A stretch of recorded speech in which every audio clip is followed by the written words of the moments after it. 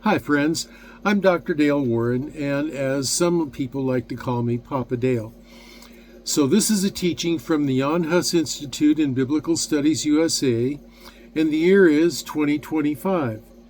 Well, the topic for today is God is Omnipotent, and this is a lecture for the Bachelor of Theology and Bible degree from Jan Hus Institute, USA. So let's get going. God is omnipotent. This is the THB lecture, as I said, JHI-USA. Scripture affirms God's omnipotence by saying that God does whatever he is pleased to do. Psalm 115:3, Isaiah 55:11, Jeremiah 32:17. Nothing is too hard for him. Genesis 18:14. His word is never void of power, so when he speaks, everything in creation obeys him. Isaiah 55:11. A most astonishing example of his power is recorded in Genesis 1, verse 16, which says, "And God made two great lights, the greater light to rule the day, and the lesser light to rule the night. He made the stars also." Think of that. Think of the immensity of space, the numbers of moons and planets and solar systems and galaxies and hundreds of billions of planets and stars and material. And Scripture just casually mentions, oh yeah, he made the stars also. That's just astonishing to me. Well, of course, creatures do disobey him in one sense, and that is in the sense of sin, but God has control even over sinful actions. Psalm 105, 24 and 25, Genesis 45, 5 through 8, Exodus 4, 21, Psalm 105, 24 and 25, Romans 9, 18, Acts 2, 23 and 4, 28. He allows sinful, disobedient actions for his eternal purposes. A little bit mysterious to human beings. It was in fact a part of his plan, the process to bring a redeemed humanity to the position of being able to share eternity with him. So, his word always prevails, and we can trust that his prophecies always come to pass. Deuteronomy 18, 21 and 22. God's essential nature includes his internal congruence. In his creation, this is expressed as the law of non-contradiction.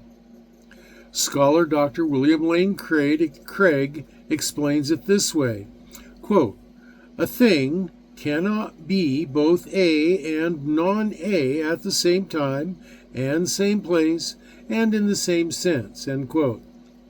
For example, in the physical realm, God cannot create a round square, as their definitions contradict. In the moral realm, he cannot lie, as his very nature is the source of all truth.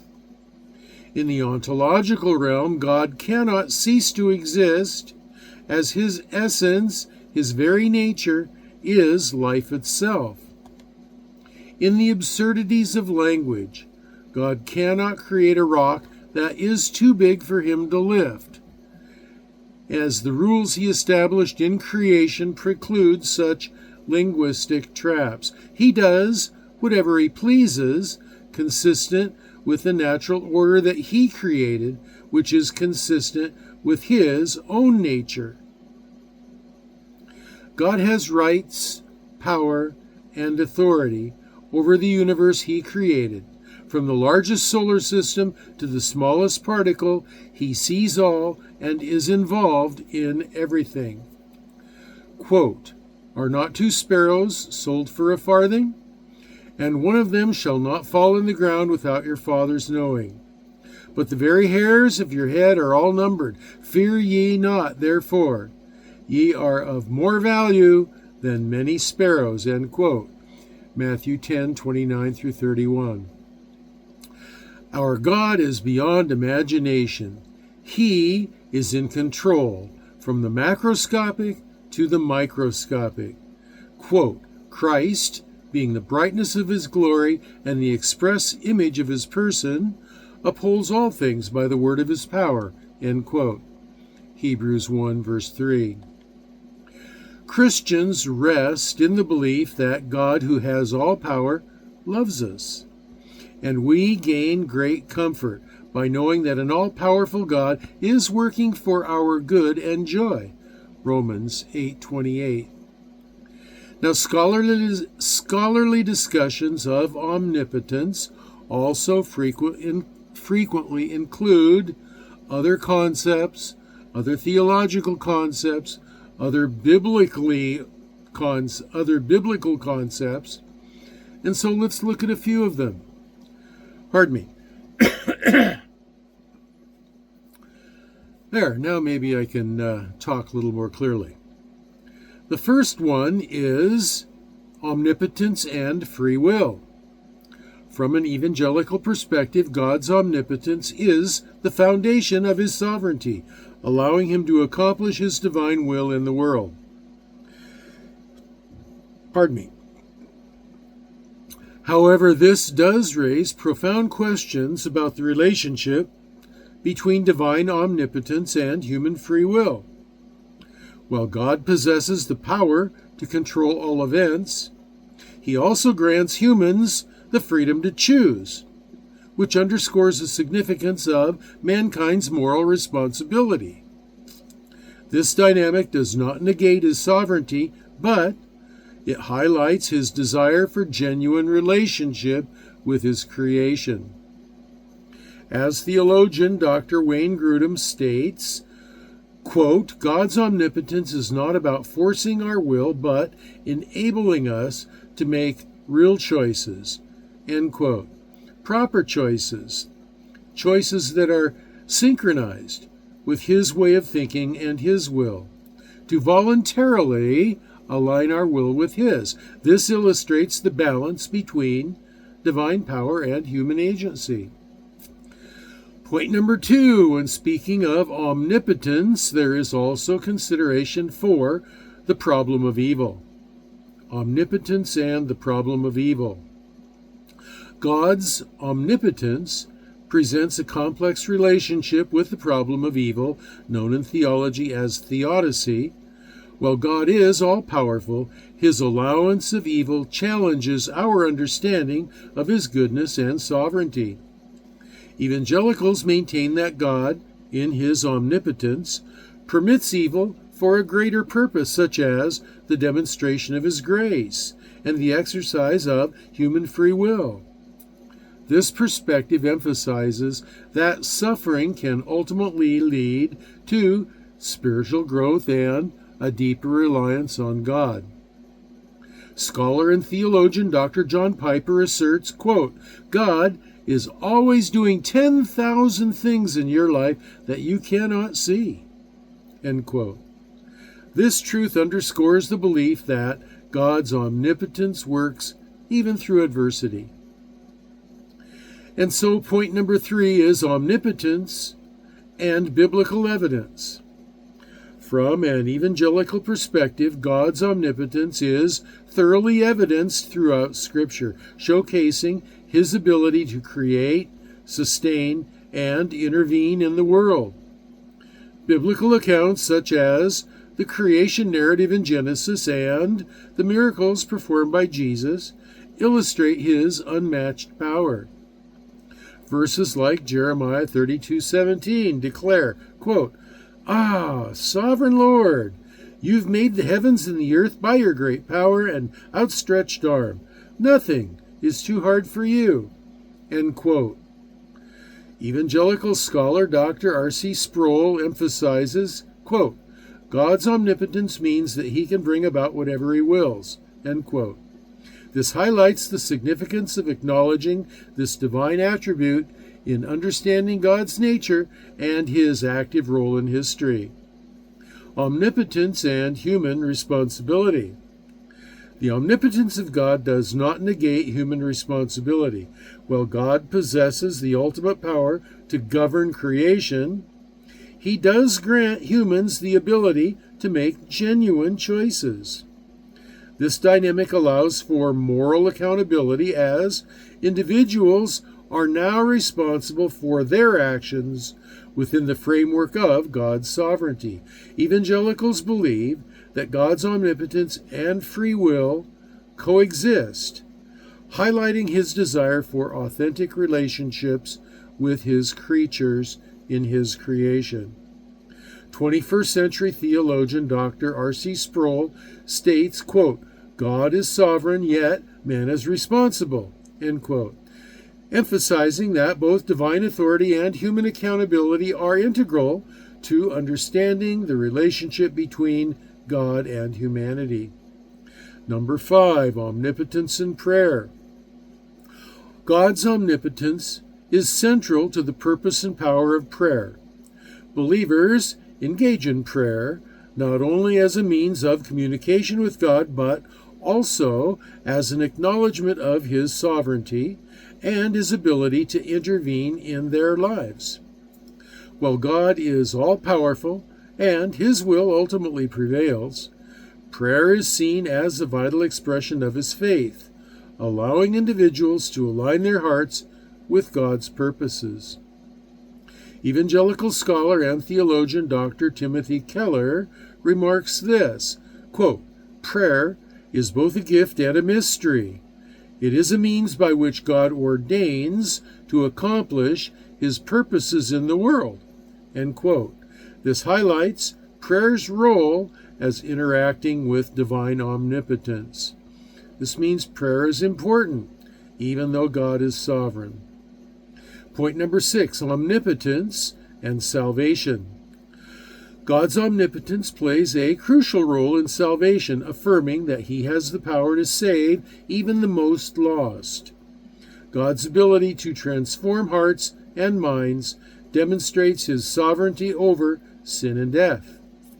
This belief emphasizes that salvation is entirely an act of God's grace, not dependent on human efforts. Evangelicals assert that God's omnipotence ensures the effectiveness of his redemptive plan through Jesus Christ.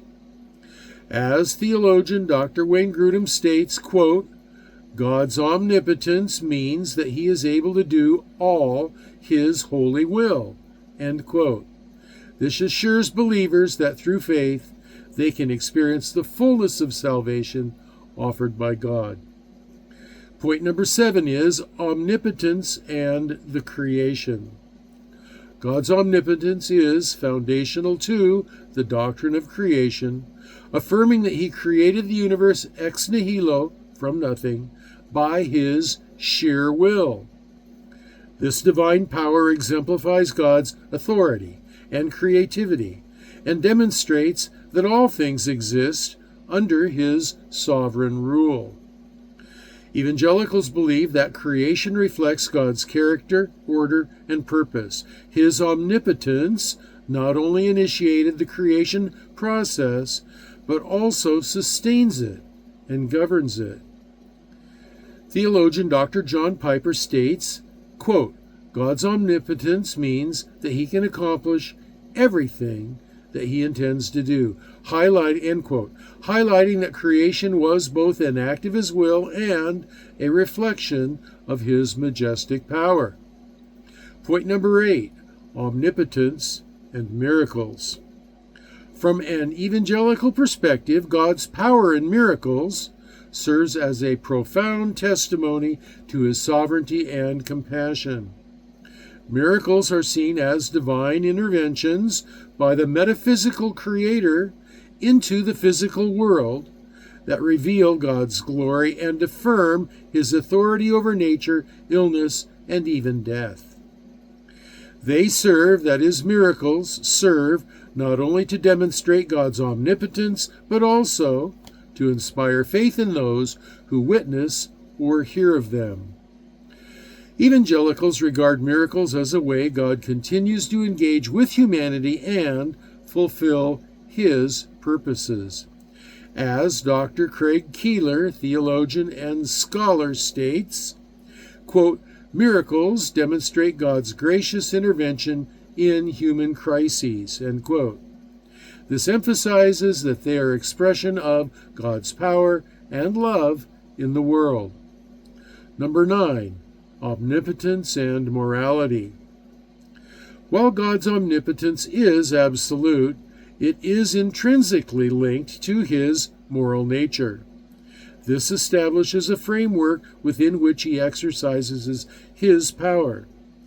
God cannot act in ways that contradict his holy and just character, meaning there are inherent limitations to his omnipotence regarding morality.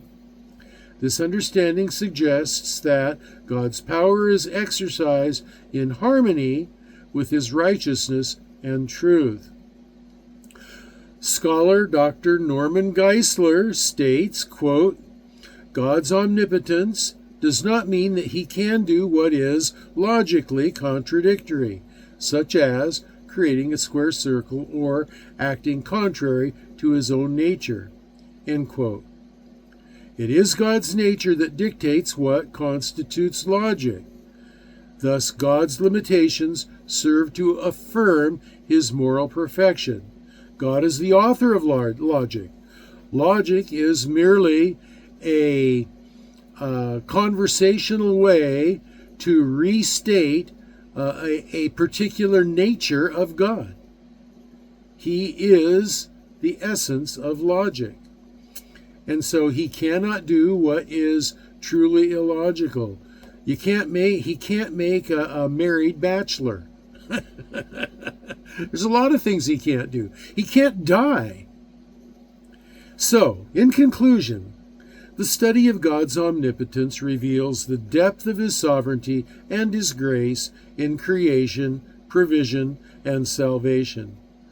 Understanding his power in relation to morality further underscores that divine omnipotence operates within the bounds of his perfect character. This ensures that his actions are always just and true. Ultimately, this exploration invites believers to marvel at the greatness of God and to trust in his capabilities as they navigate the complexities of life and faith. And I'm your host, Dr. Dale Warren, or your old pal, Papa Dale, if you prefer.